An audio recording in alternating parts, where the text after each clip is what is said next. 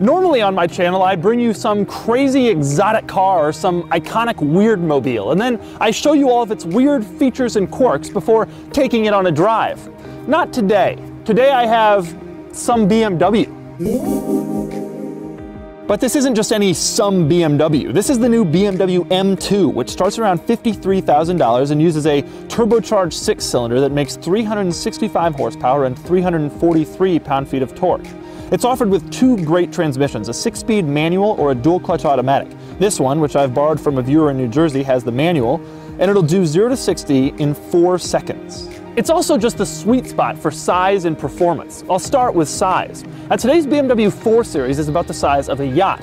The BMW 5 Series is about the size of a military flotilla, and the 6 Series is roughly the size of all of the world's oceans added together. And that leaves room at the bottom of the BMW lineup for the 2 Series to slot in, and it fits in ever so perfectly. It's nearly a foot shorter than the 3 Series. It's a foot and a half shorter than the 5 Series, and it's also narrower than both cars. And less car, to me, generally means more fun. And then there's performance. M3 and M5 and AMG people have gotten so excited about cars with 500 horsepower and 600 horsepower and 9 million horsepower that they've never stopped to actually think about whether they want that much power. I swear all these increasing horsepower numbers are just so that people can brag to other people about how much horsepower their car has, because you can't actually use it on the street. But with this car, with 365 horsepower, you can use every bit of it, and you can have fun the entire time. There's also another reason I've decided to drive the M2 today instead of some crazy expensive exotic car. Because the M2's predecessor, the BMW 1 Series M, is still one of my favorite cars that I've ever driven, so I wanted to try this out. And since it's the holidays, and since nobody's really watching this week, I decided that this would be my holiday present to myself. So I'm going to give you a short tour of the M2, and then I'm going to do something I've wanted to do since I first heard that they were making this car. I'm going to drive it. And as always, for more of my thoughts on this car, click the link below to check out my column on autotrader.com/oversteer. On the outside, let's talk about the styling differences that separate the M2 from a normal 2 Series. There's this little plastic fender grille, which isn't actually functional. There's a much more aggressive front end design with larger openings, and there's a bolder, more aggressive rear bumper too. There are blue BMW M performance brakes. Most importantly, just look at those wide fenders. It's subtle, but this is clearly no regular BMW. And then there's the interior. Climb inside, and the first thing you'll notice is, well, a lot of blue stitching. There's blue stitching on the door panel, and more blue stitching on the door panel. There's blue stitching on the front seat, the side bolsters, and, well, everywhere, really. There's blue stitching on the top of the front seat and the top of the back seat. There's blue stitching on the center console lid, the parking brake boot, and the shift boot. There's even blue stitching on this thing.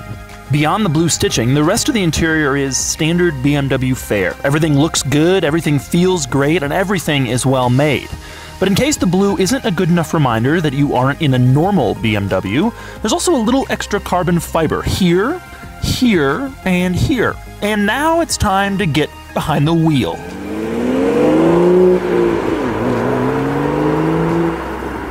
It already just feels so good. The transmission is just, the shift lever and everything is so nice. It's so smooth, and it just slots right into gear.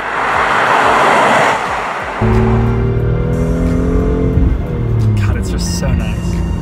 It's so nice. It doesn't feel at all floaty. You drive down the street, I feel like I'm in total control of it. The transmission just feels so good. The clutch is super linear. One of the things that really upset me about my Aston was there was sort of a kink to the clutch. And this thing is just, you know exactly, almost immediately, where the catch point is for the clutch. And even just a little bit of wheel movement. It's a little over-assisted, but like, it's so tight. Like, it's just so, the second you turn the wheel. I mean, that's the thing about this car. This car is just so tight in every way. Like, it's just, it's as much size as they need it. That's the coolest thing about it to me. I just love how small it is. The smaller the car is, the more tossable it is.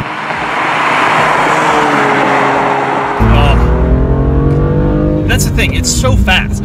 It might not be fast in comparison to like a 488 or whatever, but a 911 turbo, but what do you need? I just love going through the gears. There are some stick cars where it's a chore, and there are some stick cars where it's just a total joy. Oh, those downshifts are so sweet, and rev matching is so easy. I've been driving this car for 7 minutes, and I'm already like rev matching is how I'm figuring it out. Because it's so easy. It's not like I'm good. It's just an amazingly good clutch and such an easy gear lever to get into place, and it revs very quickly. So the ride's a little harsh. Oh yeah. And so this doesn't have adjustable suspension, which means that this is kind of the ride you're dealing with. The heated steering wheel is the greatest invention in the history of the automobile. And then auto flip too on the downshift. Oh, does it? Oh yeah. There's no part of me that isn't sick of these BMW turn signals. I just get so tired. Just make it work like normal. Yeah. That's not something that needed to be fixed. It's a very cold day, so we're a little bit worried about tire temperature, but this car just, I feel so confident driving it. It's so good around corners. It's so flat, and it's just so tossable. And that's the thing about cars the size of this car.